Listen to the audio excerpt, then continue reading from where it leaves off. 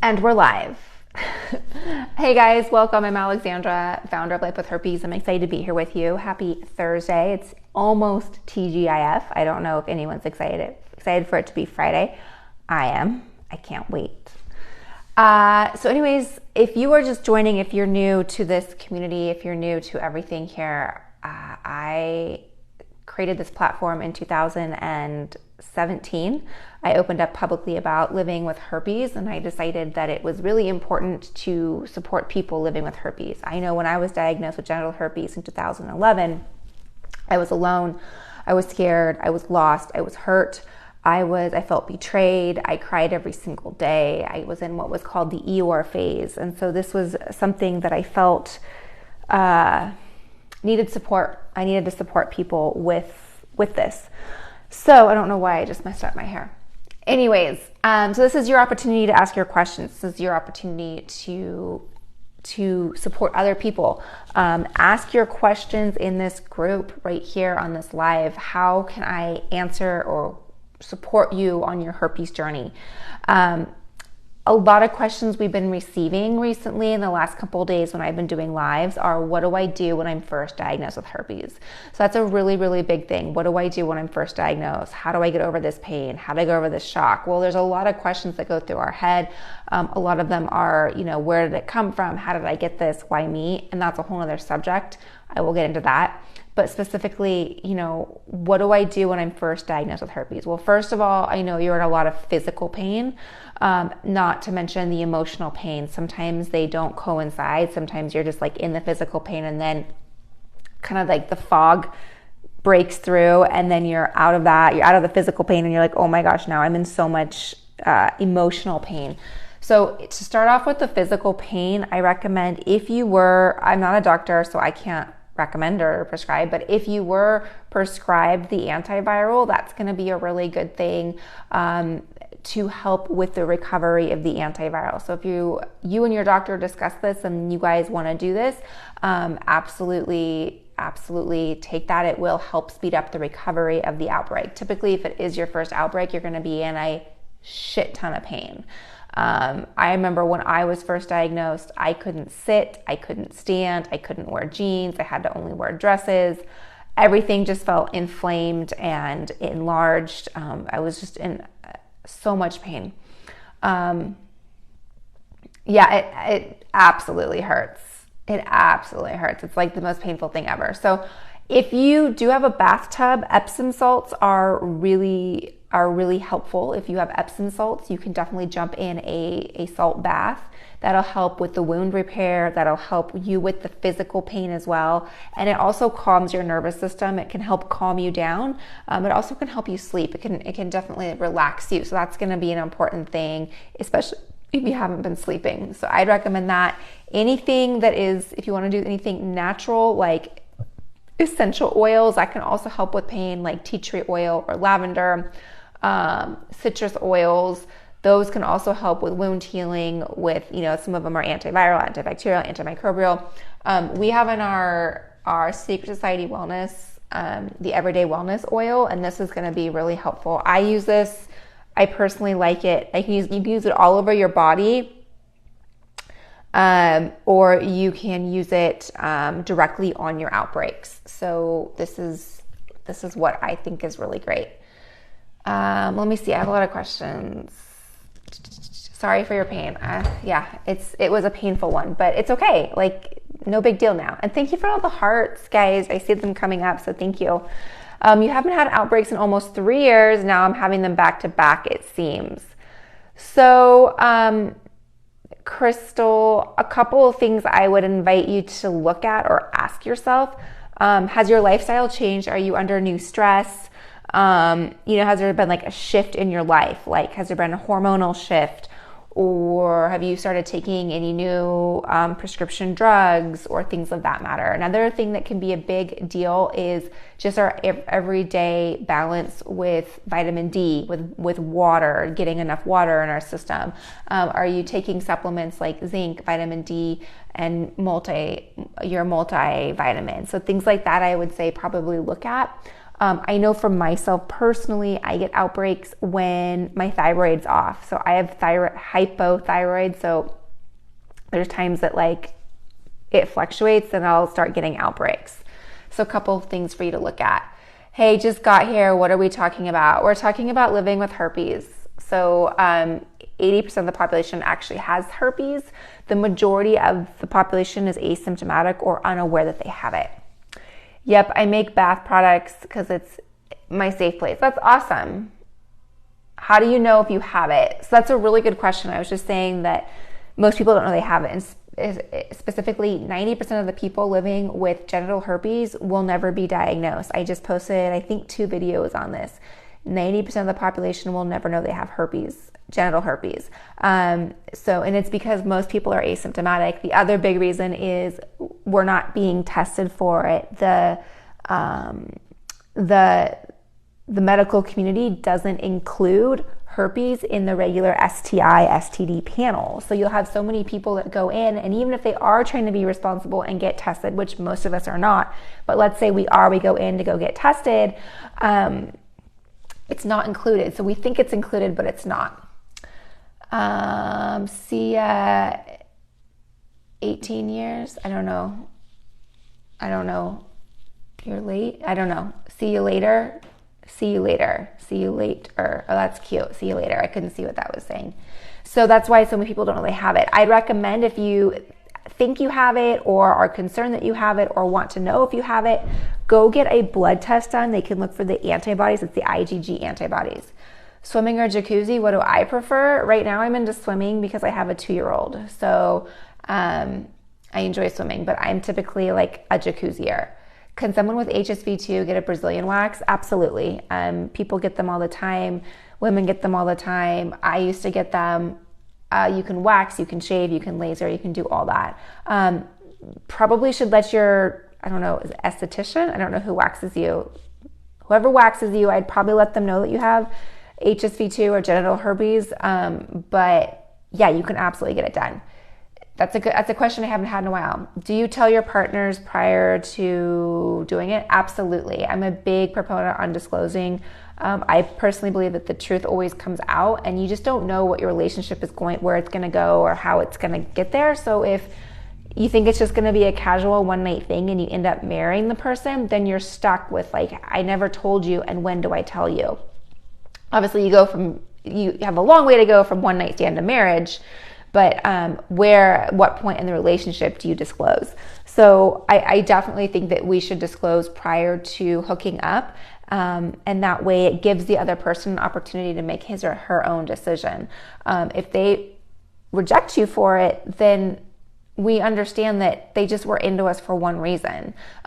Actually, let's speak on that. Rejection happens for 3 reasons, in my opinion. Number 1, the person is just not emotionally mature when it comes to talking about sex or STDs or things like that. We all know that person. We all know who we're talking about. There's some people that are just not emotionally mature enough to just talk about this or learn. You can be 15 or you can be 55. It doesn't matter. It's just where you are on that level. The next is someone is absolutely concrete, married to a concept. So what I mean is someone might be like dead set on herpes is bad and I will never date anybody with herpes because for whatever reason. And that person, you're never going to change their mindset. So that's also never going to happen. And then the third reason is the person's just not that into you. As hard as that hurts and makes us feel like, oh, this stigma. If I didn't have this stigma, I'd be with this person. We'd be married by now or whatever. They're just not into you. Like it's speeding up the inevitable. So that's just how we have to look at it. But yes, I'm a big proponent of disclosing. Can I teach you some meditation? Absolutely. Love to have some meditation. Can someone get it after intercourse? So typically the incubation period of once you come into contact with herpes, it's about 2 to 12 days. So most people within the first 2 weeks of coming into contact with the virus will come down with initial symptoms, which means they'll have their first outbreak, things like that. However, the difference about the herpes virus that's different from other viruses is you can contract it, yet it can take weeks, months, years, even decades before you get your first outbreak. So to answer your question, yes, you can get it after intercourse. I was diagnosed with HSV1 and 2. Me too. I have both too. Lucky us. Yay. You've never had any outbreaks. What does that mean? That means that your body is doing everything it should do. And a lot of people are going to be very jealous of you because you do not get outbreaks. And there's so many people that deal with outbreaks. So your immune system is fighting the herpes virus. And so that's awesome. So keep doing whatever you're doing. Please, could you wish me a happy birthday? Yay, yay, yay. Happy, happy, happy, happy. What is it? Bert Whistle John. Happy birthday. That's awesome. How old are you? What is a cold sore? A cold sore is herpes. A cold sore is typically a blister. It's a herpes blister that you get on your mouth or around the edge of your mouth. It can be one blister, it can be a cluster of blisters, or it can be like paper cut blisters. So it's something that is not considered herpes because people don't know, but it is herpes. It is contagious. You can transmit it when you have active outbreaks by kissing or coming into contact with someone who doesn't have it. We also can accidentally transmit herpes via asymptomatic shedding, even though we don't have an outbreak. I think that they started testing for this I think if they started testing this in normal STD scan, a lot of people would be shocked. Absolutely. Most people would be like, oh my gosh, I had no idea I had herpes. We're talking about herpes. Yeah, most people have it and just don't know they have it. There are way too many false positives out there. False negatives, false positives. There's a lot of different timing. Timing is really important when getting tested. So if you have an active lesion, an active outbreak, a blister, that would be really great to actually swab it. So they go in and they want to swab the viral DNA. If you're going to swab it without any outbreak, most likely it's going to come back negative because there's nothing there to swab. Unless the virus is shedding. That's a whole other subject, but you're going to come back negative. Same thing with doing a blood test. If it's brand new, you're going to have a negative result because you don't have the antibodies yet.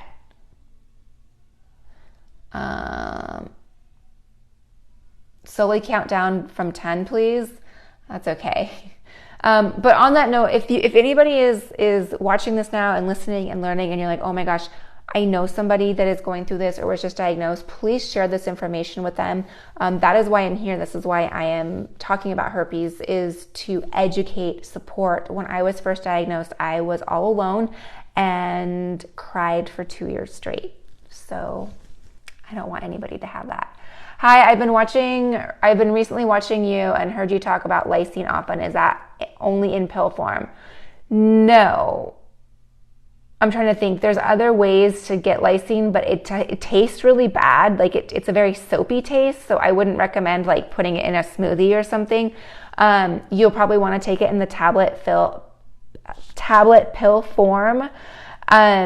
You also can consume Lysine with high Lysine foods. So there's foods like dairy, like eggs, like protein are all high in Lysine. Potatoes, those are all high in Lysine, so we can consume high Lysine foods. Or we can take supplement Lysine. So I'm a big fan of Natural Cure Labs, formerly known as Natural Cure Labs. It's now Palmera Health. This is the Lysine that I use. I take daily. I do have it linked for you. You can check it out. This is the one I take daily. And by doing this, but Lysine basically helps prevent the replication of the herpes virus. It doesn't kill it. It doesn't get rid of it. It basically prevents the replication of the herpes virus. If the virus isn't replicating, then we're not getting outbreaks. It's essentially dormant in our system. So this is the one. I'm having an outbreak right now. I'm in so much pain. I'm so sorry, Gina. I would say, can you take an Epsom salt bath? That would be really helpful. Definitely take high Lysine or eat high Lysine. Try to avoid arginine. Arginine's just going to prolong the time it takes for you to heal. Lysine's going to help speed that up internally. I would say if you have any, this is what I use. I mean, I like the Reviver soap when I have an outbreak. It's formulated to help with wound repair. It's formulated to help speed up recovery. It's peppermint eucalyptus. It smells great. There's some other things in here that can help with the pain specifically. So this is specifically formulated for herpes. And then This is my favorite, the Everyday Wellness Oil. I apply this directly to an outbreak when I have it. You can also use it directly on your body, but it has chamomile, orange oils, lemon oil, tea tree oil, and there's lysine in here as well. So we were asking about lysine. There's lysine on here that you can topically apply to your outbreak. Is it like rash, bumps, or burning? All of the above.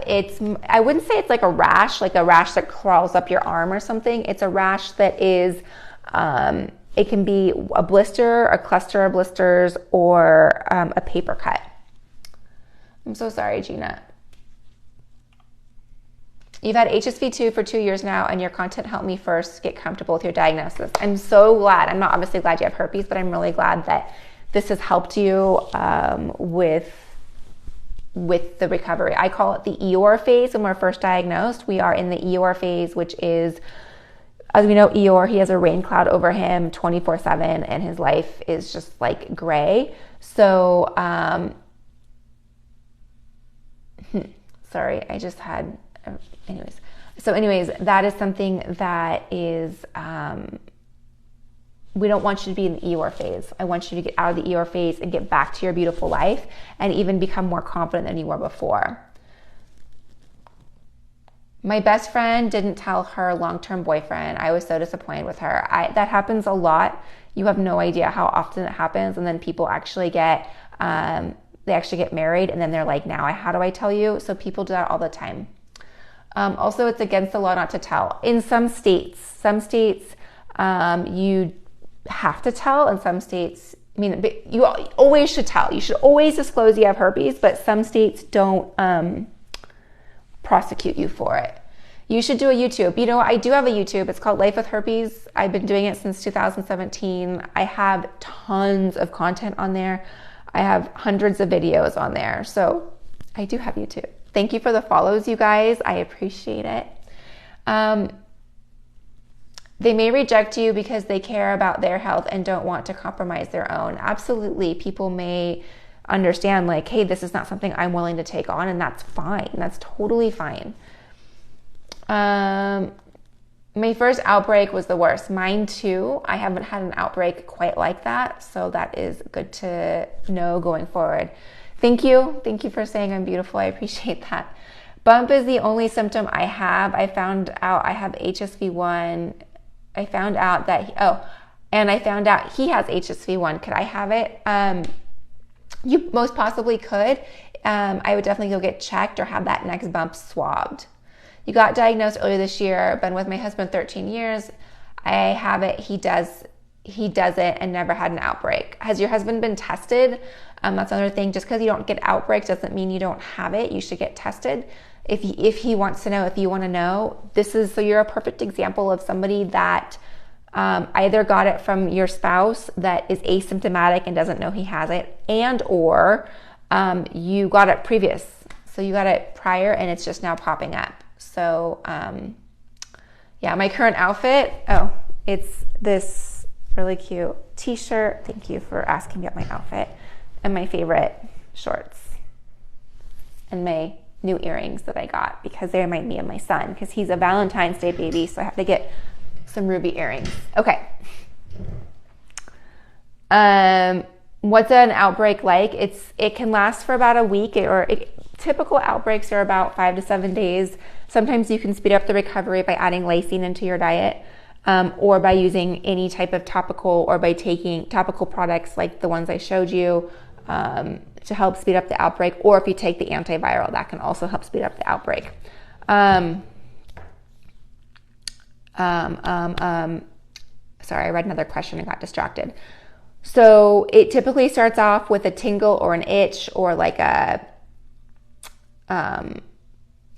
shock pain, and that's like a nerve shock. I can't really describe it any other way, and that's how we know that we're typically getting one. Then little by little, a blister will appear, or it could look like a paper cut, and then it kind of lasts there for a few days, and then it just goes away. So that's the life cycle. Thank you for saying those 3 reasons for rejection. Yeah, I've been sad. Yeah, we have to remember that the rejection happens just because the person isn't into you or isn't available. And if that person's not available emotionally, we don't want to be with them anyways. Oh no, are you trying to spread it? Is why you have so many freaking people talking about it on lives? Absolutely not. I'm not trying to spread it. I'm trying to bring awareness that most people have herpes. 80% of the population has herpes, and unless you've been tested for it, you probably don't know you have it and actually have it. You're in Argentina.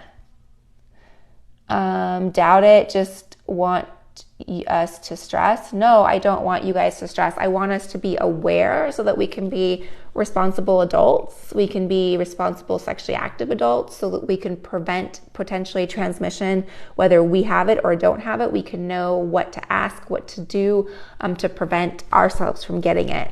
Number one, I would say ask your partner for their STI panel results. Like, ask them, find out. Don't just take their word for it. Just don't go based on trust. How old are you? I'm 39.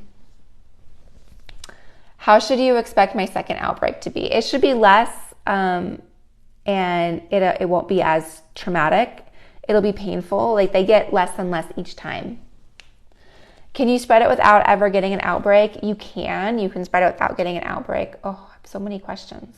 You can spread it without getting an outbreak. It's called asymptomatic shedding. And most transmissions occur without outbreaks. And yeah. Did you get it via STD? So herpes is an STD. So yeah, I have an STD. And thank you, Andrea, for sharing the live. I appreciate it. If you guys know anybody that needs this or this resonates with you, definitely share this with your friends to help build awareness around this. Can your partner have it and not you? Yeah, so I have herpes and my husband doesn't. So he gets tested, he doesn't have it. Do you use suppression therapy? I do not. I take I take Lysine and monolaurin. This is what I take naturally. So I take Lysine and then here's the monolaurin. I take these two things that are really essential to me to help with my herpes. So lysine is an essential amino acid. It's a protein that helps block the replication of the herpes virus.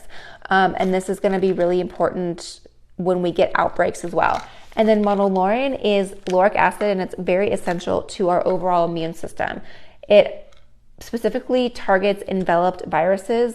When we have an enveloped virus, aka the HSV or the herpes virus, it has an outer shell around it, and when it has an outer shell around it, our immune system can't penetrate it and do what it needs to do. So by adding monolaurin to your diet or taking a supplement, it disrupts that outer protein layer, it disrupts the outer lipid, which is the fatty protein around it, and allows our immune system to go in and penetrate it.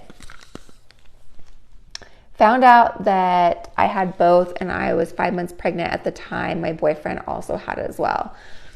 Yeah, I'm so sorry that you found out you had it while you're pregnant. That's scary. I know it's really scary to find out when you're pregnant. What's the risk of transmission while on meds? It obviously varies, but it lessens the transmission rate by 48%. Can you only get it through an outbreak? No, you can get it without a herpes outbreak as well. I look like I'm 47. Thank you for that. I'm in my 30s, so thanks. I appreciate that. Your pure beauty as the law, need a lawyer to defend it. You're a pure beauty as the law. Okay. Because things are clear. In all honesty, your clean face makes me say that God loves you. Thank you. I appreciate that. Thank you for saying I'm beautiful. I appreciate that. And I'm glad that was nice hearing after someone telling me I look like I'm 47. What kind of lysine do you recommend? Does it matter? I would say find one that resonates with you. I like this Natural Cure Labs, aka Palmera Health, because I like the efficacy of it. I like the founder of it. He is a great, humble, intelligent guy who really is dedicated to improving everyone's health. There's obviously different qualities when you look at supplements. Where's it manufactured? Have they won awards? And this company has The lab is tested. It just, for me, I just think this is the best, and it's the best price-wise. It's the most affordable that I've personally found. So it's under $20. So it's all linked for you in the bio. I need help knowing how to get rid of it faster. I've had cold sores since I was like 6. You can't ever get rid of herpes. You will have it for the rest of your life, but you can help speed up the recovery. I was just talking about it. Lysine or adding products to your topically can help. So essential oils. If you have oral herpes, I use this daily. It's the lip balm. It's the Lifesaver SPF lip balm. So it's SPF. It also has essential oils, and it has lysine in it. So you're applying it topically daily, which is really helpful. Alexandra, is that you? Wow, this is one of the most amazing ladies on this subject. Thank you. I really appreciate that. Thank you. Love all the hearts. Thank you, thank you, thank you. Thank you, thank you, thank you. Thank you for the shares. Thank you for the follows. What do you mean by most people? Most people have herpes and just don't know it. It's the majority of the population. By the time you are 50, 90% of the population will have come in contact with it. It's just a matter of you actually coming down with it. I saw you about 4 years ago and was in a very bad place, still not great, but you were amazing. Oh, I'm glad. Not glad that you're in a bad place, but I'm glad that I was able to support you. Let me know if there's any way I can support you now. First time here, I work in the health industry and love the info you're providing. Thank you. I appreciate that. And thank you for being in the health industry. We need you. Not HSV, but no one knows what it is. Okay. What's it called? So arginine is what you don't want. That is another essential amino acid. You don't want arginine. You want lysine. This is what you want. You want lysine. Are you referring to HSV1 or HSV2? Both types. Where do you get the soap? It's all linked for you in the bio. Love this soap. We keep selling out of it. So yeah, like I keep selling out of it big time. Because it's just people love it. I love it. This is my last one that I personally have on stock. And I need to personally get more. I always get cold sores, never had a sore below. Do I have herpes? I need to tell partners, yes, you have herpes. Cold sores are herpes. And yes, you should disclose to partners, just letting them know. It's extremely common, and so it'll most likely be accepted. But you can unintentionally transmit it by doing things with your mouth down there and accidentally transmit it and become genital herpes for your partner. I heard applying Zinc to an outbreak. Zinc. I haven't tried that, but I personally take Zinc, and that is very helpful to me. I know when my immune system is low, I take Zinc. How should I expect my second outbreak to be? It should be much less.